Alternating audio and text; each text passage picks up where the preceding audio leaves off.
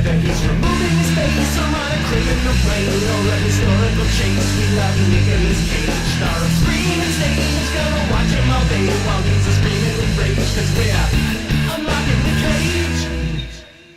Hello, everybody, and welcome to Unlocking the Cage. Today's episode is Gone in 60 Seconds. We are your hosts, Meg and Chris. We have a show, and our goal of this show is to watch every single one of Nicolas Cage's 104 movies and rank all of them. A note on today's episode, we are pre-recording this episode due to travel plans, so if anything seems a little bit like out of context, that's because it was recorded in the past. Hello from the past. Hello from the past. I hope things are better now. I really do. I hope this isn't just a hard drive someone found in a burned out building. It's not. It's honestly at this point, who knows? But that's not what we're here to talk about today. We're here to talk about Nicolas Cage, Gone in 60 Seconds. A couple of notes. This podcast / Twitch show, we will spoil the movie. That's the whole point of it. We're going to talk about it. So if you care deeply about the ending of a 2000 action movie, then maybe this isn't the place for you. But if you don't care, let's keep going. Another note, our theme song is by Will Gianetta, and we just like to give him credit for it because it rules. So why don't we go ahead and bring out today's guest, actress and writer Jenni Stukin. Hello. Hi, Jenny. Hi, Jenny. How's it going? Good. How are you guys? Good. I love your little decorations. Thank you. For the podcast. A little out of date. Well, for the podcast audience, there is a Baby Thank Yoda and a Halloween, and a bunch of corks and a Halloween ensemble behind her. Yeah. And go Cubs. Oh, is that what that says? Oh, yep. I see that. That's awesome. Yeah. Well, let's get into the movie. So just a little background on Gone in 60 Seconds. This movie was released in the year 2000. It was a big box office hit. It made $237 million on a $90 million budget, so pretty good. And $50 million, right? $50 million budget, right?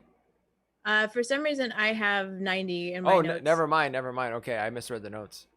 So, okay, cool. Never mind me, just derailing the show. Honestly, Meg and I are drinking tonight, just FYI. We're drinking, yes. But either way, it made a lot of money. It got bad reviews, though. No, it was not a very well-received movie. So some other fun stuff on this. This is an Angelina Jolie movie, just for context about Angelina Jolie's career in the year 2000. This is right after she won the Oscar for Girl Interrupted, right before Tomb Raider. So this is like peak breakout star Angelina Jolie. She is huge, and we'll talk a lot, I'm sure, about her role in the movie, especially in proportion 4 lines. In proportion to how prominently she is billed on the poster for this movie.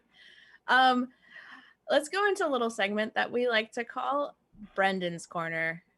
Oh, I'm not so quick on the draw, guys. Chris is going to hit a little transition for us. There we go. So Brendan's Corner is named after our friend, screenwriter, and former film major Brendan Boussard. It's where I ask him to tell me cool stuff about this movie that I might not necessarily know, like context in, the history of cinema and stuff like that. For one, I didn't know that it was a remake of a low-budget indie film from the 70s. Did you guys know that? A British movie. Okay, so you guys knew that. Cool. All right, I actually looked up the original, too, because I thought maybe it was like one of those remakes where they used some of the original actors for it, but I didn't recognize any of the names at all. I don't know anything about this movie, but apparently at the time that was a massive hit. It was a $150,000 budget movie that made $40 million in the 70s. So that's insane. What's weird is this is the second Cage remake we've done. What was the other one we did? The Wicker Man from the 70s. Oh yeah, of course, yeah. So I guess that's like a Cage thing, is remaking movies from the 70s. Yeah. The budget of the remake was 600 times the budget of the original. The original movie mainly used cheap cars that they got from police auction, whereas in this movie we'll talk about. They use lots of fancy cars. And another thing about this is a Jerry Bruckheimer film. So Jerry Bruckheimer produced it. So Jerry Bruckheimer, as producer of The Rock, Con Air, and Armageddon. So like a lot of like late 90s, early 2000s, huge budget action movies, like really, explosions, that kind of stuff. And according to our friend Brendan, this is more of a Bruckheimer movie than a Dominic Sena movie. So Dominic Sena is the director, like, because Bruckheimer has just like such a style, like, you know his shit when you see it. It's got a lot of explosions and. Is he Anyway, so like? Yeah.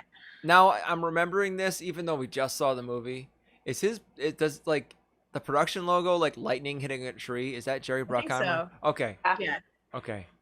I just associated that, and I'm like, is that even real? Or did I just make that up? No, that's real. That's Okay. a real thing, Chris. Just It's been a few days since we saw the movie, but that's legit.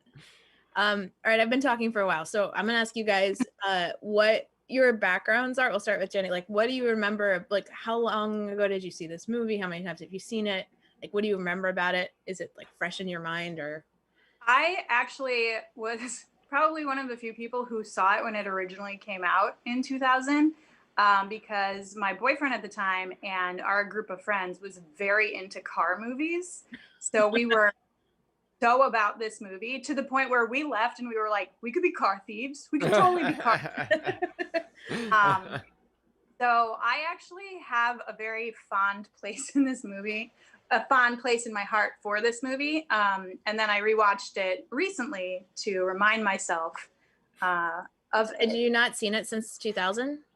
No, it's kind of one of those movies that, like, if I'm scouring the internet and I don't know what to watch and it pops up, I'm like, that'll do. Yeah. So I think I've seen it a fair number of times over the last 20 years. What about you, Chris? I think I've seen it more than once. I mean, I know I've seen it at least twice. I did see it when it was in theaters. I saw it with my brother a long time ago. I don't remember what the circumstances were, but I do remember watching it and being like at the time thinking how ridiculous it was, even for the time. Especially the part at the end where he jumps spoiler alert, where he jumps the car. Oh, I just walked out of the theater thinking like he just went way too far on that ramp at the speed he had, like, because I was in engineering school and I'm like, he just went 300 yards. He would have immediately crashed. Physics of that does not make sense. Yeah, like he would have crashed right into that ambulance. But it's funny because to me, the action in this seems very quaint in comparison to like the Fast and the Furious movies, and there was no helicopter versus car scene, right? Was there? I think tanks. Yeah. I think this is probably a foundation. Like these guys are laying the tracks for right, like those people. Like nobody drove a car off of a cliff, and caught onto the back of a helicopter and flew through the sky or whatever. With the exception of that last jump, most of the action scenes were a lot more plausible. Yeah. All right. So I'm gonna talk again. Is it time to dig in yet? No, we're not digging in yet. Yeah, no. Let me just. Here's what was gonna happen now. Do we have a little transition for plot summary, Chris? No, we don't. Okay, cool. But I can give you one. So imagine the words plot summary are coming up on the screen. Plot summary. I mean, especially for the podcast people, imagine those words are coming up on the screen because you're never going to see them. So, all right, here we're just going to do a little run through what happened. So if it's been a while since you've seen this movie, you can get a refresher. Feel free to pipe in if I miss anything, guys. Car thief Kip Raines, played by Giovanni Ribisi, works with his gang to steal 50 high-end cars for Raymond Calitri, played by Christopher Eccleston, a British gangster in Long Beach, California. Yes, Christopher Eccleston, aka the 10th Doctor, I think. Doctor Who. Or maybe he was the 9th. I should know that. He was my gateway doctor. Same. I don't know if you're missing much, Jenny. It's like, it's a thing. I'm involved in enough nerd properties as a fan. I don't have space for another world in my heart. There's so much to it too. All right, so Giovanni Ribisi messes up the heist, and Calitri Kalitri, I don't know, threatens to kill him in the car crusher unless his older brother Memphis Reigns, played by Nicolas Cage, steals the 50 cars within 72 hours. So Memphis assembles a crew and the group tracks down the cars, giving each a code name. Memphis insists on saving a 1967 Ford Shelby GT500 that he has dubbed Eleanor, which he has attempted to steal before, for last. The crew plans to steal all 50 cars in one night. Meanwhile, there are two detectives that figure out that they're onto something and start tracking them. And then there's like a big action sequence, which I'm going to describe, but it's just a bunch of car chases. So Memphis steals Eleanor just as the detectives arrive and leaves police on a chase through the city and into a shipyard. Reaching the Vincent Thomas Bridge, blocked by an accident, Memphis jumps Eleanor off the ramp of a tow truck and lands on the other side, escaping the police. Chris's favorite part. Yeah. The big jump, yeah. He arrives at Kalitri's junkyard 12 minutes too late, and Calitri refuses to accept the slightly damaged Shelby, ordering his men to crush the car and kill Memphis. Kip and Atlee, who's another henchman, use the junkyard crane to knock out Calitri's henchman, and an armed Calitri pursues Memphis into the warehouse as the detectives arrive. Calitri prepares to shoot one of the detectives, but Memphis kicks Calitri over the railing to his death. A grateful detective lets Memphis go free, and Memphis tells him where to find the container ship full of stolen cars. The crew celebrates with a barbecue, and Kip reveals that he has bought Memphis a dilapidated 1967 Shelby GT500. I'm sorry, the last three paragraphs are not very exciting in word form. It's just a bunch of action sequences. Yeah, there's car chase, the bad guy dies, they get him an Eleanor that he has to fix up himself. The end. Oh, Yeah. and he fucks Angelina Jolie. Not in the movie, but presumably later on. It's implied. It's implied, yeah. It's implied. So are we digging in? Are we digging into this? Yeah, let's start off just how did the movie hold up? Like general thoughts on it. Like Jenny, would you feel like it was as good as you remembered, or It was definitely different watching it with 20 years older eyes, because there were some parts that, you know, younger me was just like, wow, and then I was like, but like when they first show you Angelina Jolie rolling out from under the car, and of course she just looks perfect and angelic, and she's backlit perfectly, and I'm like, could she not have like just oil on her face and like a dirty shirt and maybe something that's not sexy and skin tight, but you know, it's Angelina Jolie, so she's got a year 2000, yeah. but no, I still enjoyed it. I mean, I'm a sucker for a good action scene, and I think the action still held up. What did you think, Chris? No, I thought it was all right. I thought that there's a lot of stuff that when you watch it, you're just like, oh my god, like this is just so much of that time period. Like, there's a lot just like what, like you know, I don't know if you want to talk about it now, but like, Yeah, go for it. so like, there's this stuff that's like what, like, all right, the scene Jenny's talking about, where she rolls out from under the car. Angelina Jolie's working on cars in a garage. Rolls out in full makeup, like, hey, what up? Walks away. Hair down, by the way. Hair down. Gonna get pulled right into the goddamn fan. She just walks away from that, does a walk and talk with Nic Cage into a full bar of guys, and immediately starts tending bar at this chop shop garage / bar that's packed. I don't know what this is. She's like waiting tables, giving drinks out suddenly.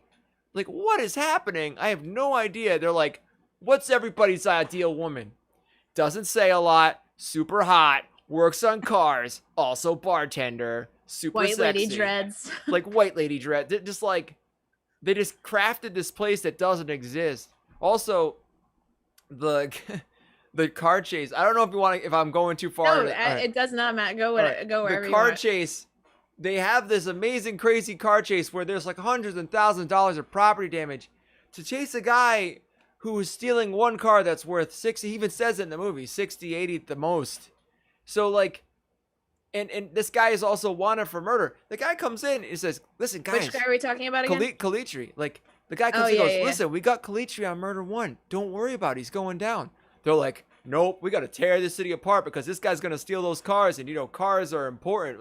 Like, there's moments where security guards, I don't know if you remember this, like Yeah. armed security personnel that live in that gated community just start firing at a car that's like a $40,000 car, and they shoot a kid for stealing a $40,000 car. Like, just like mind blowing. The stuff that happens in this movie makes no sense. Yeah, I think one of the things. So just I do want to say, so my impression of the movie, I actually came away with a more positive impression than I expected. Like, I was like, oh, this is going to be a really stupid action movie, but like I did enjoy it. Like, I kind of tuned out some of the action sequences near the end, like especially the car chases, but like I think, I mean, at its heart, it is a heist movie, and I fucking love a heist movie. You know, like I love like kind of the, like I think Chris said while we were watching it, like the Ocean's 11 thing of like, oh, let's get the gang together and everybody's got their own like little skill, and like this guy's the computer guy and whatever, and like I think that was really fun, and I did enjoy all of the heist. I think it's not taking the movie too seriously. Right. If you're going in hoping to like have a better understanding of like the criminal mind and like leave with, you know, like something to think about, like this isn't the movie for that. Right. So Yeah. as long as you're just watching it like, I just want to see shit get destroyed, it accomplishes that. Yeah, it wasn't a bad movie. I thought it was gonna be worse. So I haven't seen this. I think I saw this movie a long time in the past, but I certainly don't have any memory of anything in the movie. So coming into it like blind, like I mean, I had fun. I thought it was fun. So what do you guys think about like do you feel like there were like let's talk about our real subject here. So like Nicolas Cage's acting in this movie, I feel like was a little, I don't know, for me it was very restrained. Did you guys feel that way too? Like especially in comparison to like a lot of other shit we've seen him in? Yeah, it definitely isn't like one of his crazier roles, because he is kind of playing the, you know, the level-headed older brother who's seen some stuff to Giovanni's like fuck up younger brother. So yeah, it definitely felt more grounded, and for as ridiculous a Bruckheimer movie as it is, you know, pretty rooted in reality as far as Nicolas Cage movies go, I guess. Yeah, he's definitely chill, a lot more chill in this movie. But like, he was giving me like Bruce Willis vibes, honestly, like with the blonde hair, like the sort of like, yeah, everything's gonna be all right. Yeah. he looks like Homelander in this movie. He has Homelander hair. Yeah, he does. From The Boys. From The Boys, yeah. He's got weird blonde hair.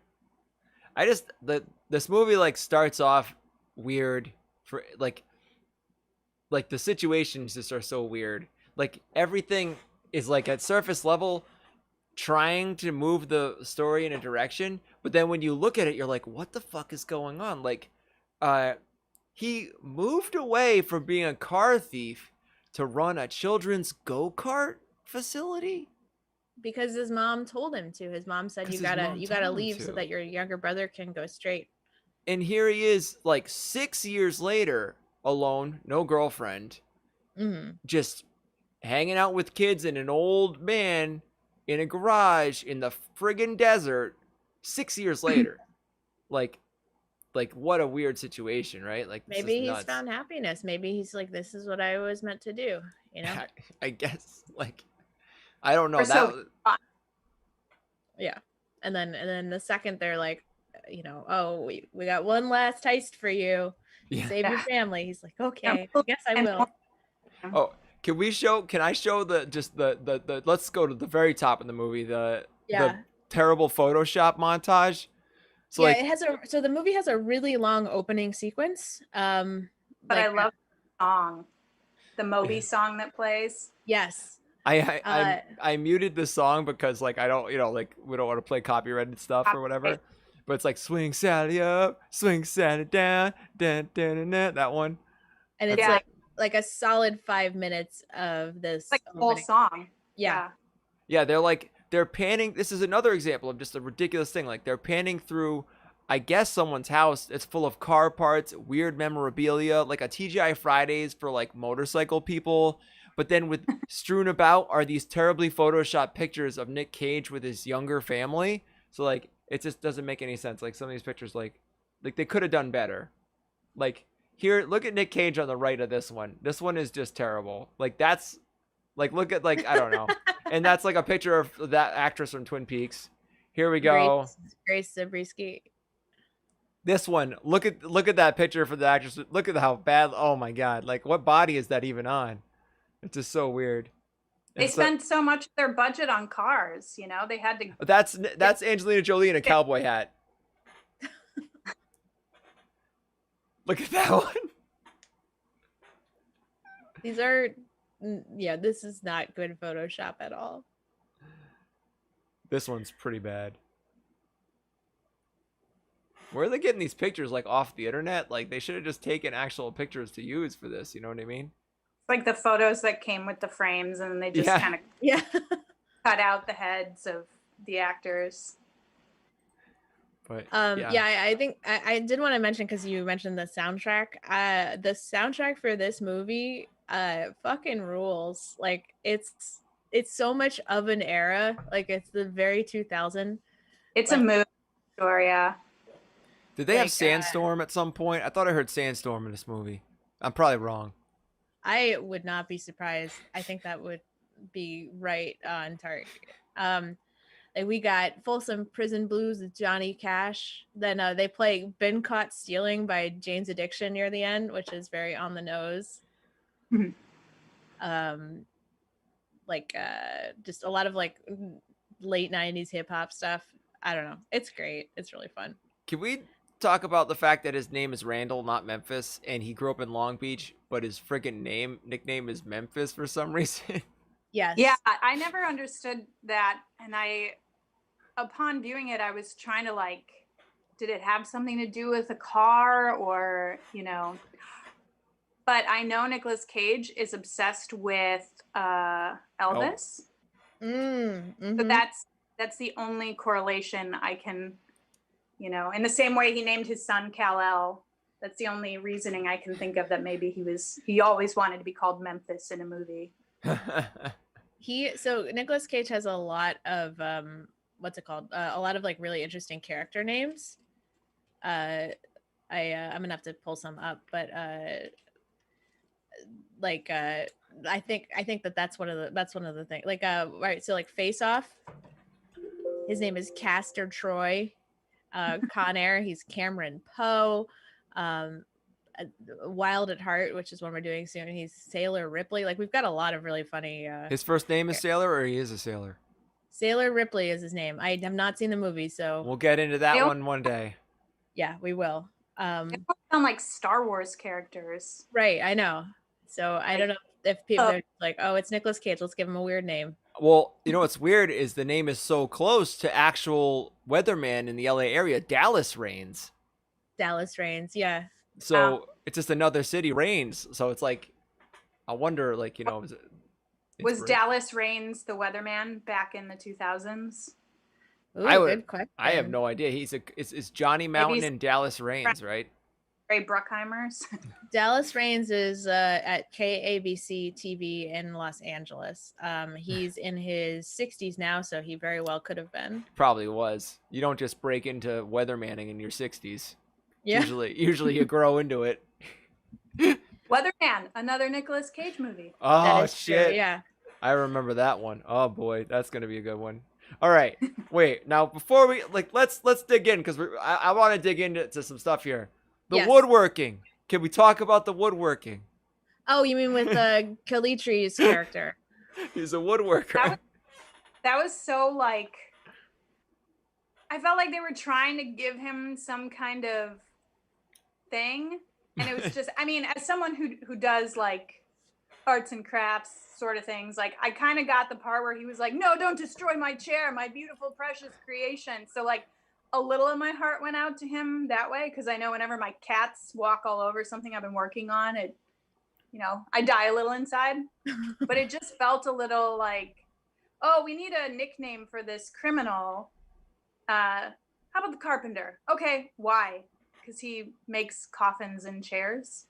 Yeah. Wait, does he have that nickname in the movie? Do they call him the carpenter? Yeah. Mm-hmm. Oh. Yeah. I didn't pick up on that. I did enjoy so Christopher Eccleston played him. This is like here's a little trivia that I was going to share later. But so the reason he had sort of an unusual accent, I don't know if you guys clocked that, like his accent was a little weird. So that's Christopher Eccleston's natural Lancashire accent. Yeah. And the reason that he chose to do that is because as which makes sense to me, is that like anytime you see someone who's British in an American movie, they either speak like super posh or they speak Cockney, and it's like, oh, those are the only two. And so he was like, why don't I show a different accent, a different place? As an American who can't really differentiate between, you know, British accent, like I can tell, like, oh, I think you're from a different part of the UK than that guy over there. But when I first saw the movie, I 100% thought his accent was fake. Yeah. I was like, they couldn't find a better actor with a stronger British accent to play this role. I feel like he probably went on an interview show and was like, you may have noticed that my accent was a little different in this. And they're like, no, like no American really would have ever noticed the difference between, you know.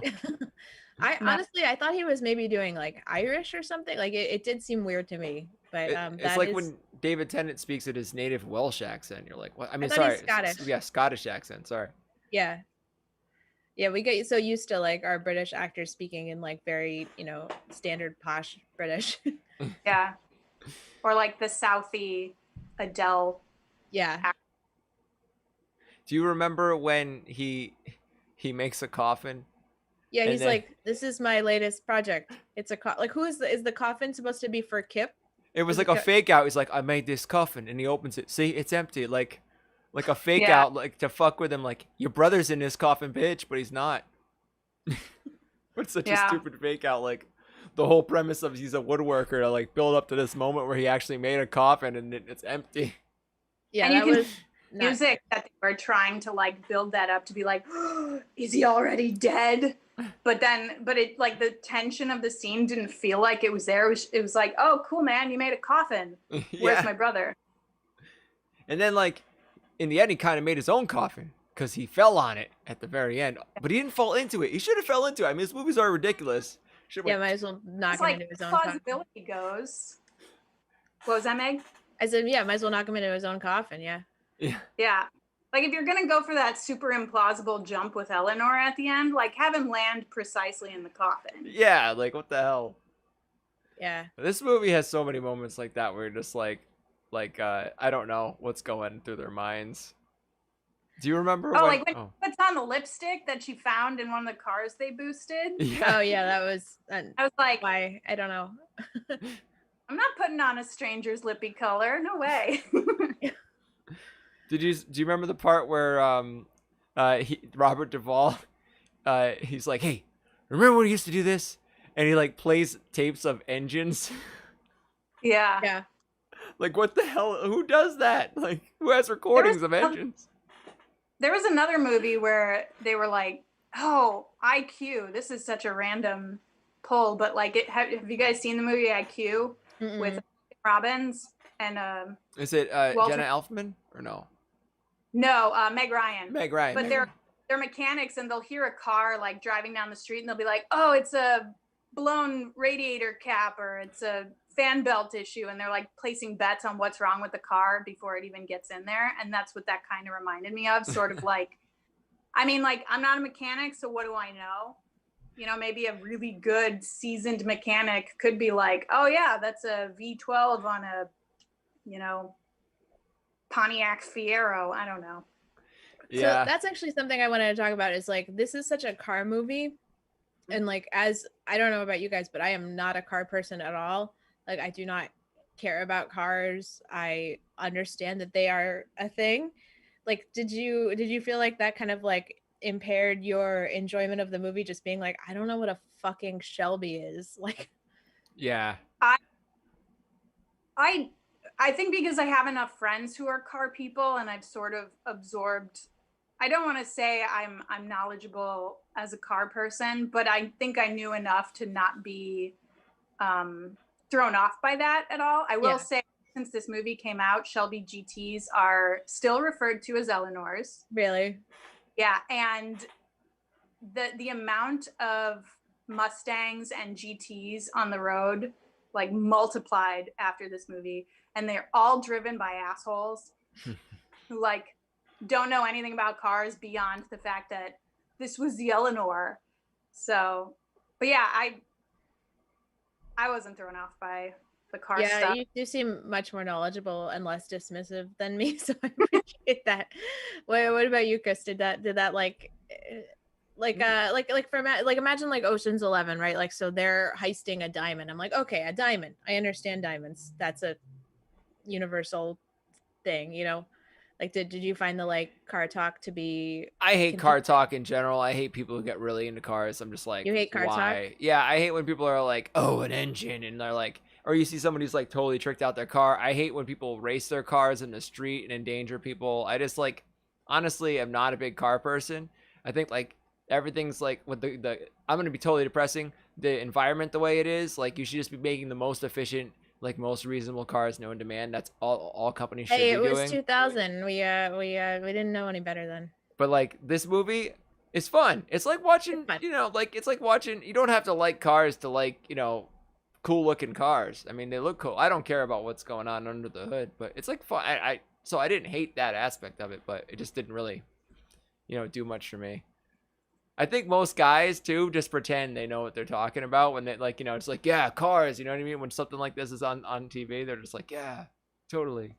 Well, if you go Horsepower. into the goofs and trivia section for this movie on IMDb, the goofs are so nitpicky, and they're like, oh, they said they're boosting a 74 blah blah blah yada yada, but those weren't made until 78, and I'm just like, okay.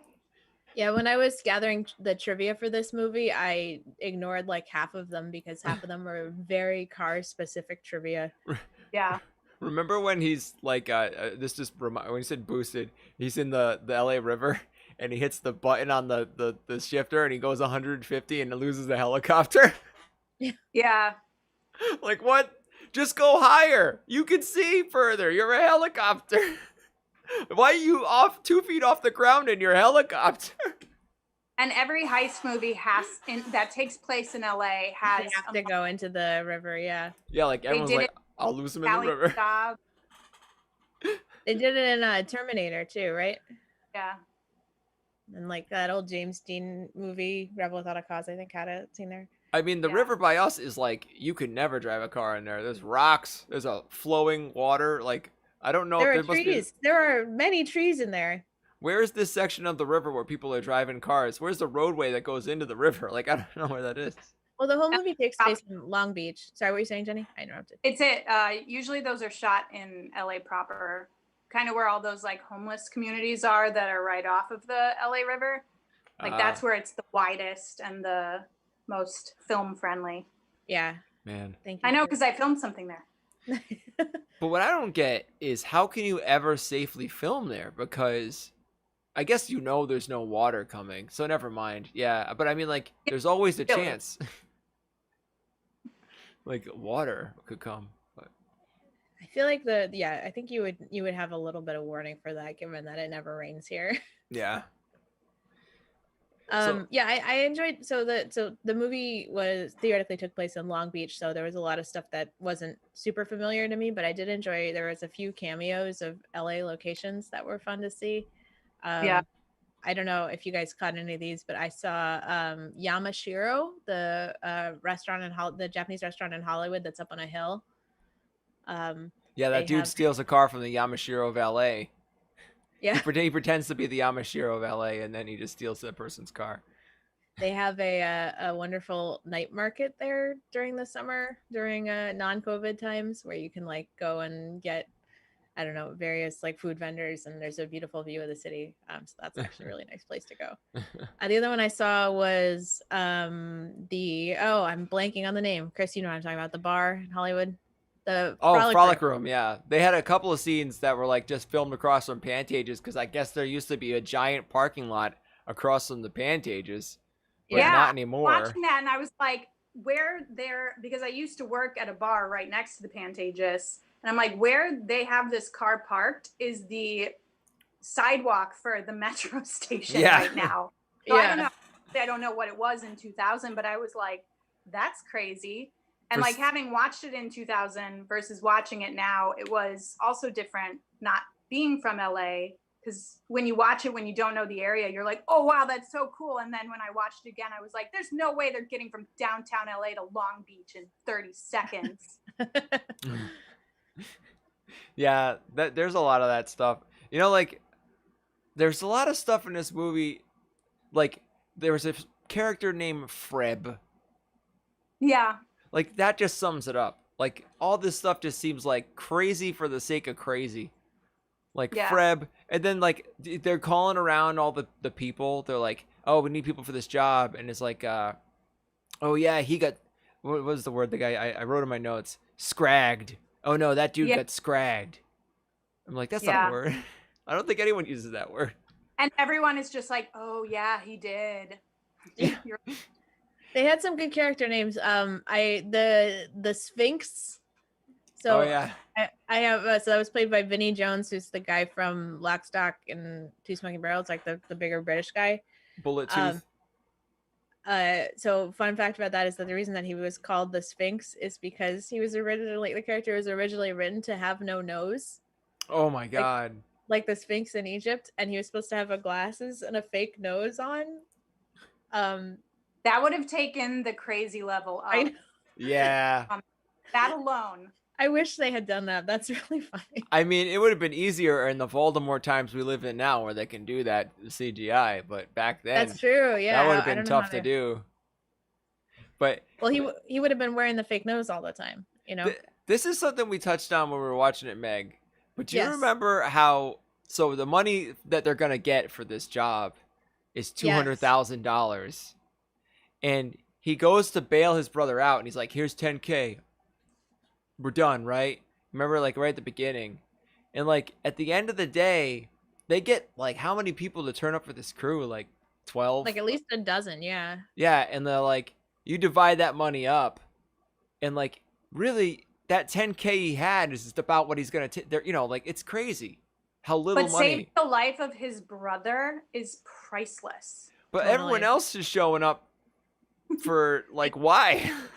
So $200,000 divided by 12 is about 16.6 thousand.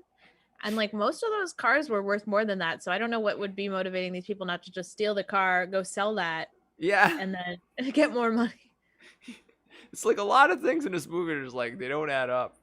But yeah. But does it matter though? Does it? Are we going to talk about Roger? Who's? Nic Cage is Roger when they're trying to find all the cars.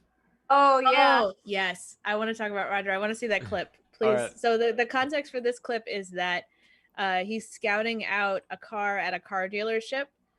And he decides he's going to go in character to try to learn more about the car, I guess, or I don't know. Where they keep their cars stored. Yes. Yes.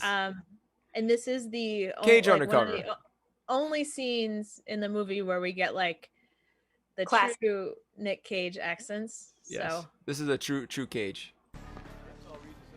My name's Roger, sir. May Oh, hold on. Let me see. I gotta fix the audio. That's funny. My name's Roger. Don't mind me, guys. Don't mind me. I have a problem. Yes. Let me just start this over. Oh, yeah, start it over. My name's Roger, sir. May I be of some help?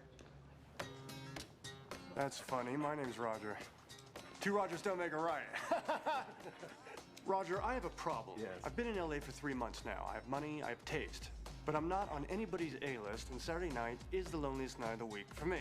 Well, a Ferrari would certainly change that. Perhaps. But you know, this is the one. Yes. I saw 3 of these parked outside the local Starbucks this morning, which tells me only one thing. There's too many self-indulgent wieners in this city with too much bloody money. He says bloody money like he's British. If I was driving a 1967 275 GTB4 cam, you would not be a self-indulgent wiener. That was the car that people made a fuss about. Precisely. What do you mean? In the Goofs, they're like, yeah, that wasn't made until '69 or something. I don't have one here.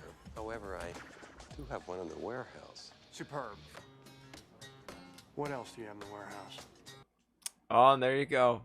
He figured it out. I think out of context, if you're watching this, you're just like, oh yeah, that's classic Nick Cage. But like the rest of the movie, he's really doing like Subdued.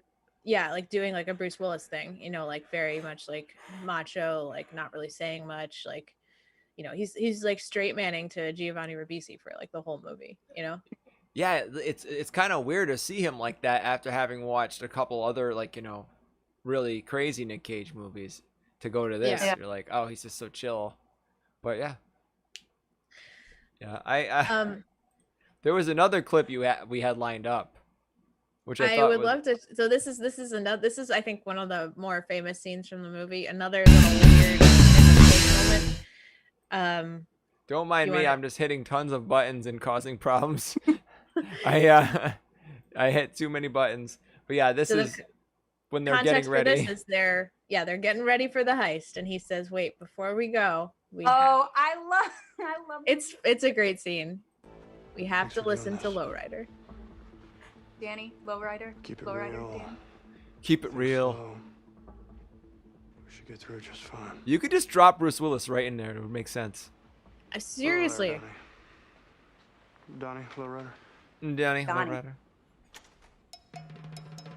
And they absorb the power. Just like look at him, and Angelina Jolie too. She's absorbing the strength. I know, she's like meditating, like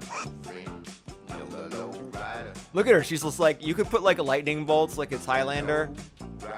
now watch his hands. Watch his hands. Guy McBride. Okay, let's run. It's I- like my- what? My boyfriend and our circle of friends, the car people who I saw this with originally, they would do that every time we were leaving a building. Oh man. They'd be like, guys, let's ride. This movie That's had a awesome. much more significant effect on this than on your friends than you're letting on, I think. I'm glad you chose this movie, Jenny. This is a great context for it. But again, like 2000 guys, okay? It was 2000. we all were doing weird shit in 2000. Midriffs and platform sneakers were in. I'm just saying. So much baby blue eyeshadow. That Go ahead. Sorry. Oh no. What were you saying? I was gonna pivot. So I want to talk a little more about Angelina Jolie's character. Yeah. Because Sway. if we Sway, we've dug into her. So we Not I mean, to be we, confused with MTV VJ Sway. What'd you say?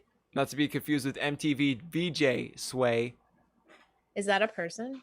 Yeah. Yeah, you don't know Sway? Mm-mm. He was like the Also from oldest 2000. VJ. Sway Calloway? Yeah, no, this doesn't sound familiar at all.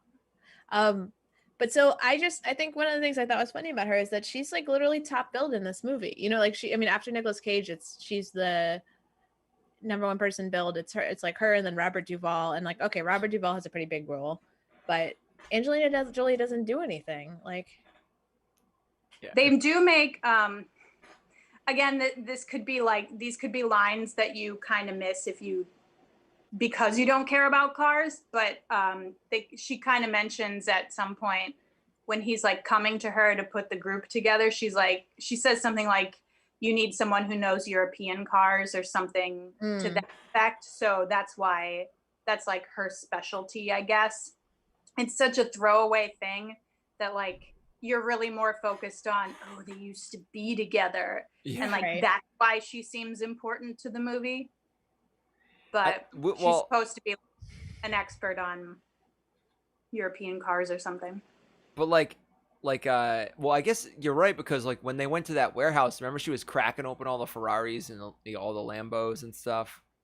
mm-hmm. So Or like, do your thing, girl. she's just like with the computer on the fucking thing. But like Megan and I were talking about this. Her age is problematic for the storyline, because he's been gone for 6 years. They used to be together. And in real life, I mean, maybe they're asking her to play, maybe they're trying to get her to play 30s. But in real life, like, he was 36 and she was 26 when this movie was made. Yeah. Or like, so we just worked it out. Like, he would have been 31 and she would have been like 19. Like, if you went by the actual ages when they got together. Yeah. Or something And that's like when that. they broke up too. That's not when they got together. Yeah, that's when they necessarily. broke up. So like, So he's like, and you're 18. Great, let's do this. yeah. Want to steal some cars with me? Hey, I'm gonna leave for 6 years. Bye. I didn't find their relationship that compelling. I don't know. I was thinking about like what are the interesting relationships in this movie, and I feel like it's really like sort of the brother relationship I thought was like pretty well done. Yeah. They Like didn't have fantastic chemistry. Yeah. They, like the scene in the car when they're waiting for that couple to Oh, that weird. Yeah. do their thing. Ugh. I feel like that could have been like a much hotter scene.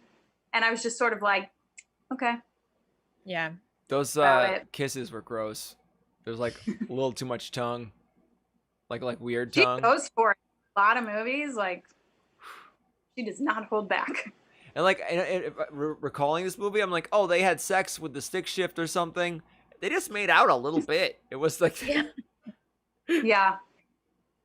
Also, she was like throwing herself at him all the time for no reason. She just like says, "Let's bang," like, in weird ways too. Yeah. And she's like, oh, like something about like pink underwear and leather. Yeah. Yeah, I feel like it's like she's sort of set up as this like perfect like edgy love interest thing, and like there's not really much more to her, which is just unfortunate. Like the edgier version of the manic pixie dream girl. Right. Mhm. Yeah, they're like, who's this? Manic pixie car thief. But then, like, they don't do that with any of the guys. Like, the guys can be schlubs. You know what I mean? That's just like, the guys could be whatever, but the girl has to be like, some kind of weird idealized bullshit. It's so weird. Yeah. That's a whole Hollywood trope that I could just do a very embittered TED talk on. It's just, oh man, that really was stupid to watch. Because like you said, it was peak Jolie. She just won a fucking Academy Award. Right. What did you guys? I think the other thing I want to touch on is one thing I did enjoy about this was like all the different sort of character actors that showed up throughout the movie. Like there was a baby Michael Pena. Do you remember, like he's the guy who, when they're like trying to get the dog to poop out the keys. Oh yeah.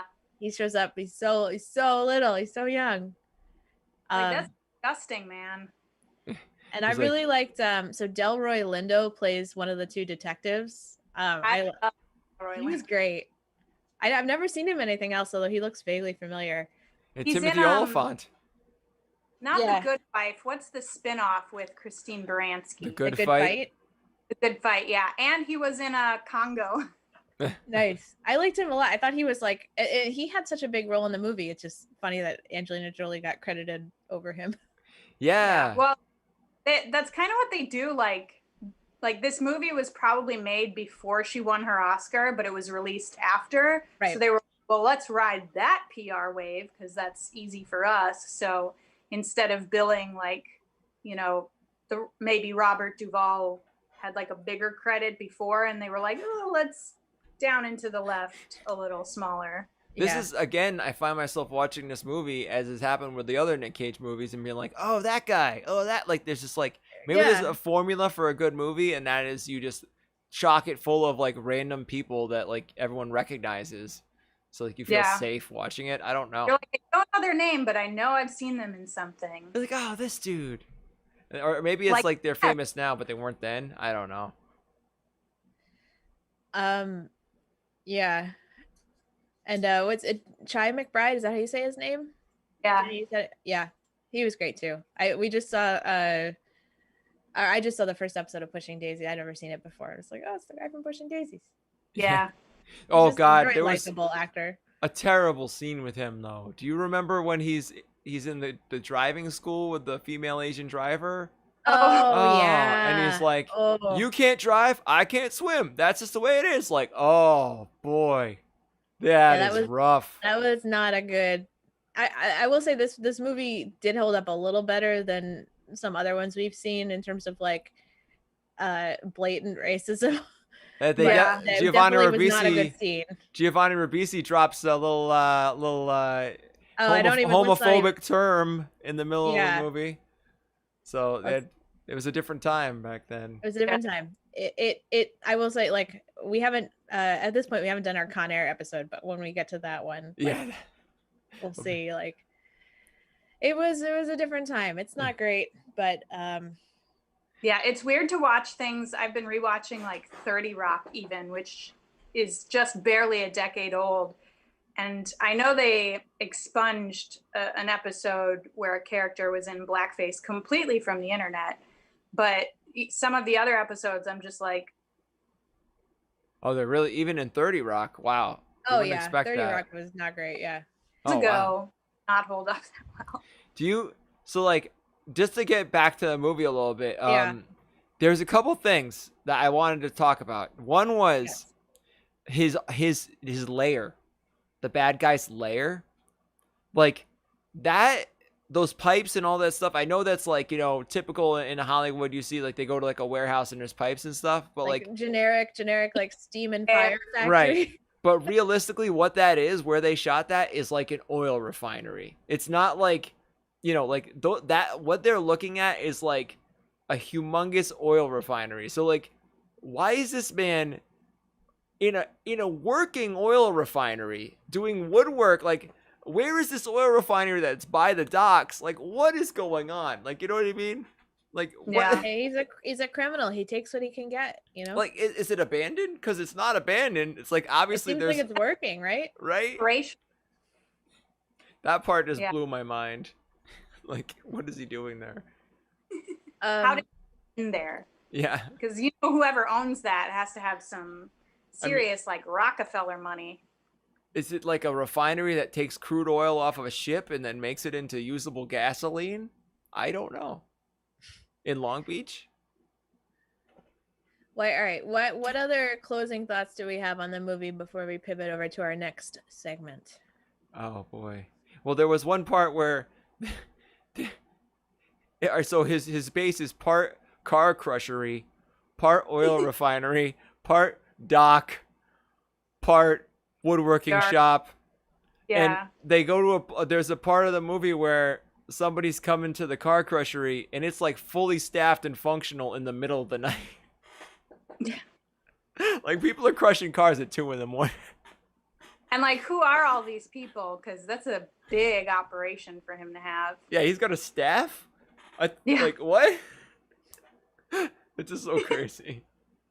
Like he came to Long Beach and set up shop. Like it just doesn't make any sense. I don't. Anyway. The part that I took issue with was at the end when he saves Delroy Lindo's life, and he's just like, "You can go. I've been chasing after you this whole movie. Yeah. He's white whale and he just lets him go. Yeah, he's just like, okay, cool. Get out of here, you little scamp. Come on, get out of here. You can go." Yeah. That's the end. Like from a legal perspective, they are good. They steal all these cars, they cause lesser to property damage, and then they just like the detectives just like get out of here. And he does tell him like where to find the cars, so like technically they were returned, but like still all that property damage. Oh my god. They tore the city apart. And Delroy Lindo, the whole movie is coming up with excuses to not bust him. He's like, no, he's just gonna dump the cars. No, we can't get him yet. Remember, like every 10 seconds, he's like, no, let's not bust him yet. But like they had him like dead to rights like 4 times in a row. Anyway, that just pissed me off. Also, they threw in that line where that officer comes in and is like, yeah, he's going down for murder 1. Just to make it okay to kill Eccleston at the end of the movie. Because otherwise it would have been way too brutal. Because Eccleston hadn't killed anybody at that point. He's just a car booster. Huh? And it's killing. What was What that? did you say? If Eccleston were just a car thief and he died at the end, it's like, ooh, that's cold. That's a little harsh. But because he's a murderer also, you're like, okay. That's Right. They had to add that in. Yeah. All right, Chris, you want to pivot us over to trivia? Yeah, let's do some Some little trivia about the movie. Oh boy, I gotta get faster. I gotta get some shortcut keys lined up. Trivia time. Trivia time. All right. Just I've said a couple of these, so I won't repeat them. But I don't know if you guys noticed. So when Mirror Man, who is the short guy with the glasses, he dresses up as like a. What'd you say? Makes the fingerprint for Chi McBride. Elvis Yes. is alive. Yeah. And he dresses up like kind of like a stereotypical pimp, and he goes to the clerk at the police impound yard. In the background, there's a sign that says, "If you leave your car unlocked, it will be gone in 60 seconds." Nice. Title drop. Something to add to what Jenny said, the fingerprints. Those are Elvis's fingerprints. Elvis. It all comes back to Elvis. Also, I did read that sign was in the original 70s movie. Oh, well, maybe that's why they called it that. Whoa. Yeah. There were 7 Eleanor replicas made for use in this movie. They totaled 5 of them during stunt sequences, and Nicolas Cage and Jerry Bruckheimer kept the remaining 2. And Cage regularly takes his out for joyrides, as you can imagine. And he jumps I read cars. that the only actual Shelby GT was the one at the end that Giovanni Ribisi gives to. The real beat up one, yeah. And then the rest were all like tricked out Mustangs or something. Yeah. Nic Cage did most of his own stunt driving for the film. He went to a couple different car driving schools, and he liked driving race cars so much that he continued to pursue it as a hobby after shooting was completed. That checks out. That does check out. That's interesting, though. Here's one that's cool. I don't know if you guys have seen the trailer, but the trailer was narrated by Melissa Disney, is her name, and it's one of the first major movies that had a female narrator for like a female voiceover narrator for the trailer. Really? Yeah. Oh, that's interesting. You gotta put that in the chat. I imagine. Yeah, well, yeah. The link to that. Yeah, that's interesting. So watch the trailer and you can see it's not like in a world. It's like a lady talking. In a world. Which is a great movie about a female voiceover artist. Yes, I love that movie. That's a really fun movie. Also, so there is a bad movie awards called the Stinkers. In the year 2000, this movie won the awards for worst screenplay for a film that grossed over 100 million using Hollywood math, and most intrusive musical score, which tracks. The music was all up in there. Yeah.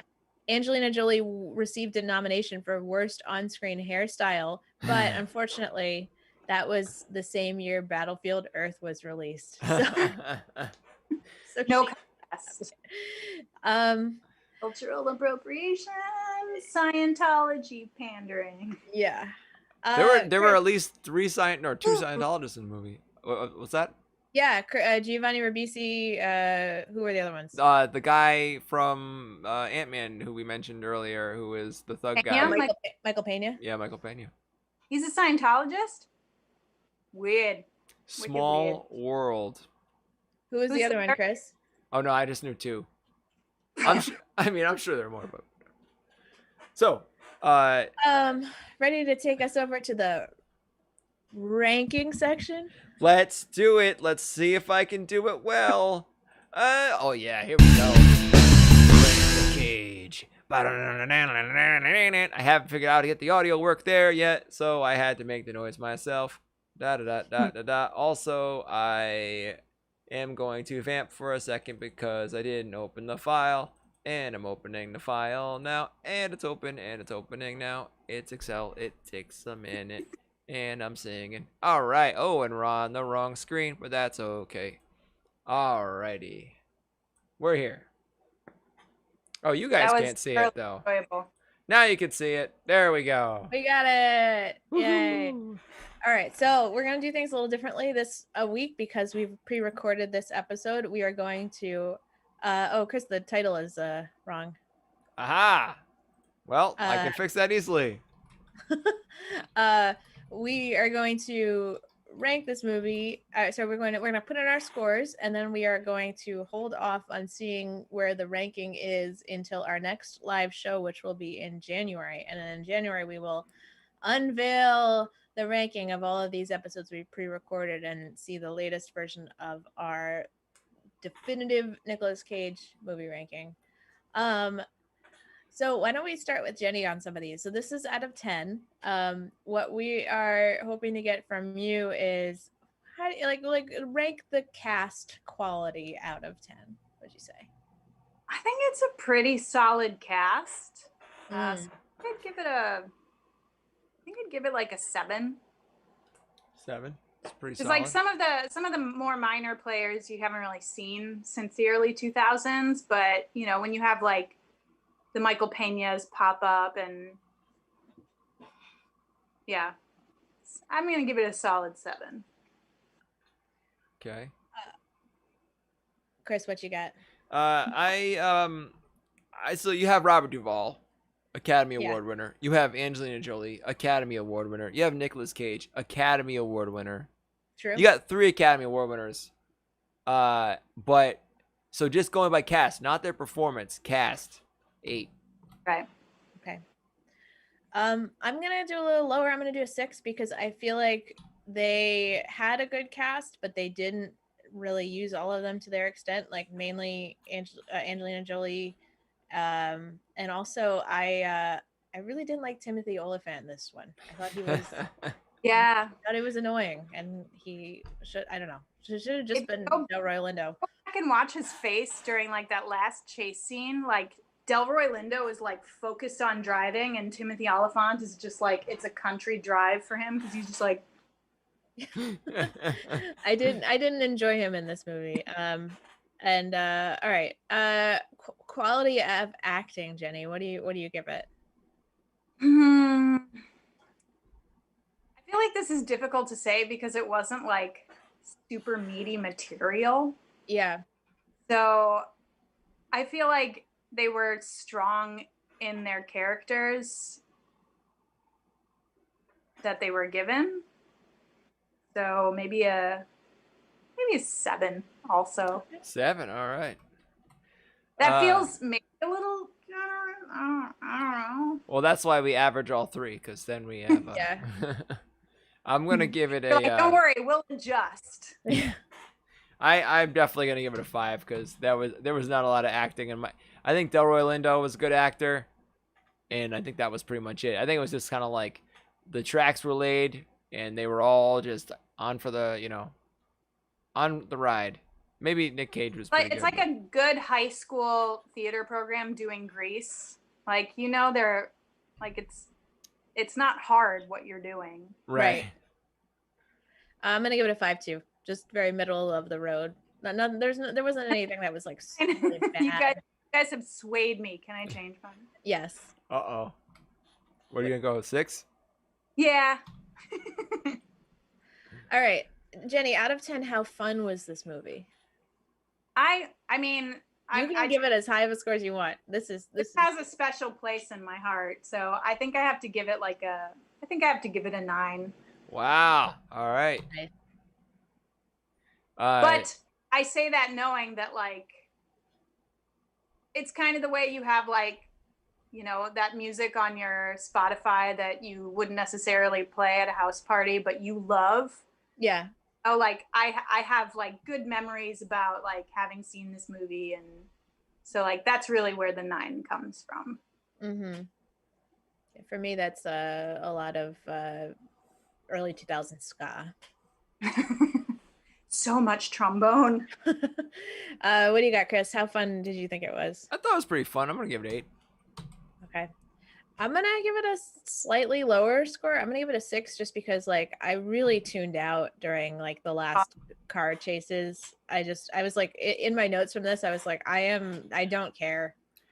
There's so many shots of Nicolas Cage literally like shifting gears and like really close-ups of the pedals. It's like I don't need to see this. But there was some fun stuff. Like remember when that loose propane tank? That was crazy. And the guy gets bashed through the wall and he's like, "Sir, you've gone through a wall." That was my favorite Oliphant moment. Are you sure? Because you just went through a wall. I mean, that was- All right, what is this technical category? This used to be special effects, but this is now more like, what would you call this, Chris? I like the technical quality of the film. So special effects, makeup, costumes, things you would get a technical Oscar for, like things like that. I mean, quality. I feel like if a 10 is you have won the technical Oscar for this movie, I mean, the car chases for me, I know how Meg feels about them, but for me, they were pretty solid.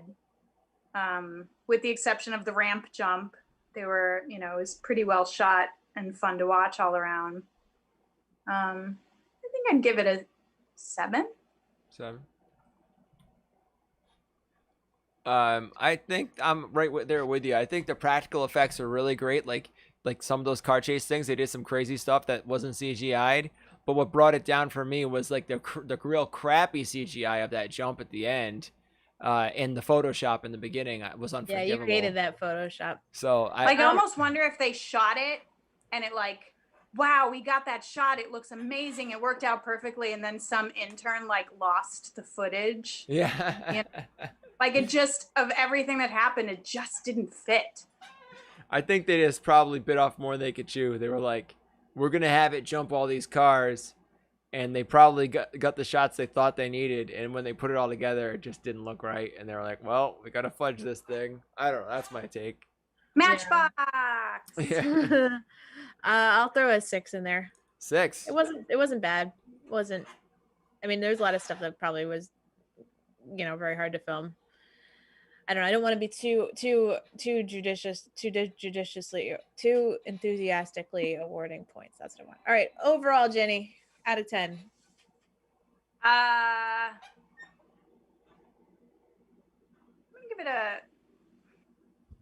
Don't be shy. Go with your gut. I'm gonna give it a 7. That's it? Okay. Okay, I'm gonna give it an 8. No. I just You're influencing the data, Meg. I'm sorry. I was surprised. Based on rewatchability, and again, my, it's one of those stupid movies that I can just put on and find something new to giggle about. All right, so for me, I am 7. I'm gonna give it a 7, just because I enjoyed it, but it was like, it's definitely not an 8, not a 9. I mean, like if I'm thinking about movies for me that are 8s or 9s, this, it's not up there with that. So I'm gonna say 7. All right, and then our last segment is. What about you? Overall score? Sorry. I just a little behind the scenes. I just got a text that our Vaughn's Delivery is coming in 5 minutes, so we're gonna try to wrap up. We got this. We got this. All right. Overall, I want to say I'll give it a 7. 7. All right. Yeah. All right. Last section is bonus points. You can award a bonus point or take away a bonus point for anything in particular that stands out to you about the movie. Things that we've award bonus points for or taken away bonus points for is like, oh, there was a really upsetting scene and we hated it. Or bonus point for Angelina Jolie's hair, if you want. So. I feel like I'd take a point away for her hair. Yeah. But I'm not going to. Don't put that down. I think I'm going to add a point because of one of my favorite scenes when Chi McBride and Freb are stealing a car and then someone like holds them at gunpoint and tries to I remember that. Lays him out and he's like, you need a role model. I'm gonna take a point away for the Angelina Jolie's whole situation. I'm gonna add a point because they named him Memphis Reigns, and that's hilarious. All right. All right, so we won't click see results, but we will click January. Cage data, and we have a Cage gauge that we'll also have to update in January. But right now I have a quadrant map that maps just Nic Cage's performance, craziness versus acting quality. So out of 10, you score. We each give a score on how crazy he was in this movie and how good his acting was. Okay. So, Jenny, how crazy do you think Nic Cage was in this movie? Out of 10. Yeah. Sorry, you already said that. It's gonna be, I'd say 2. 2, yeah. If that. I think I'm gonna bump it up 1 just because of the Roger moment. Like he's got a little bit of craziness. That's probably the craziest moment in the movie, or the crazy idea of stealing 50 cars in a night. But that's more a plot point than it is. It's not that Nic Cage craziness. Yeah. Meg, yeah, I'm gonna give it 2, 1 point for each of the moments where he's weird in the movie, which is the Roger thing and then the lowrider thing. All right, so how about his acting ability? Jenny, what do you think? I mean, again, it's not Shakespeare.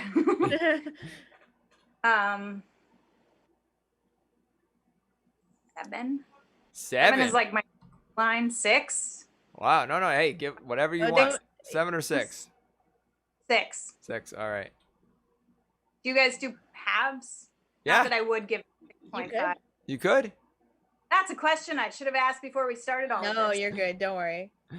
I'll stick with 6. I'm gonna give it a 4 just because there was nothing really like amazing about his acting, but it wasn't terrible. It was just like, it was believable. Yeah, it was believable. I'll do a 5. Brother who loves brother.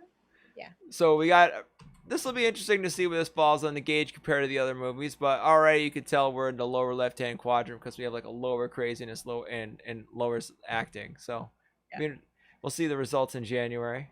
Yeah, come check us again in January for our next live show. All right, let's go to you ready, Chris? Nic Cage facts. Oh, I was born ready because I can click real fast.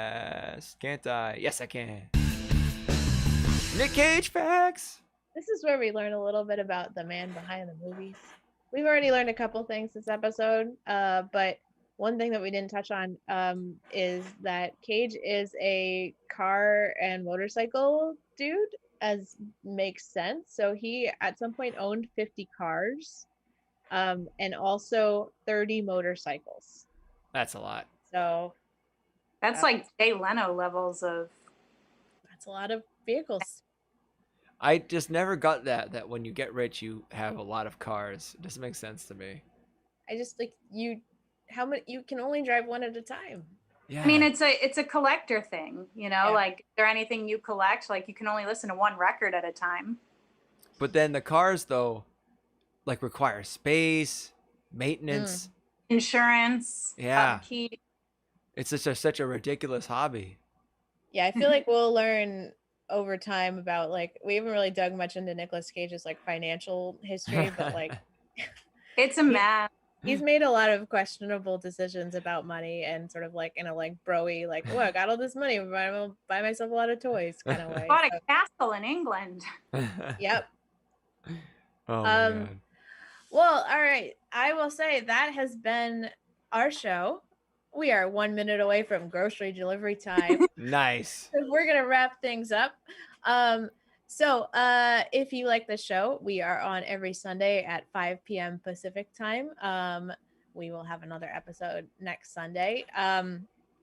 We also do a show called Virtual Improv, which is Tuesdays at 6 p.m. Pacific time, Fridays at 7 p.m. Pacific time, where we do short form improv. It's really fun.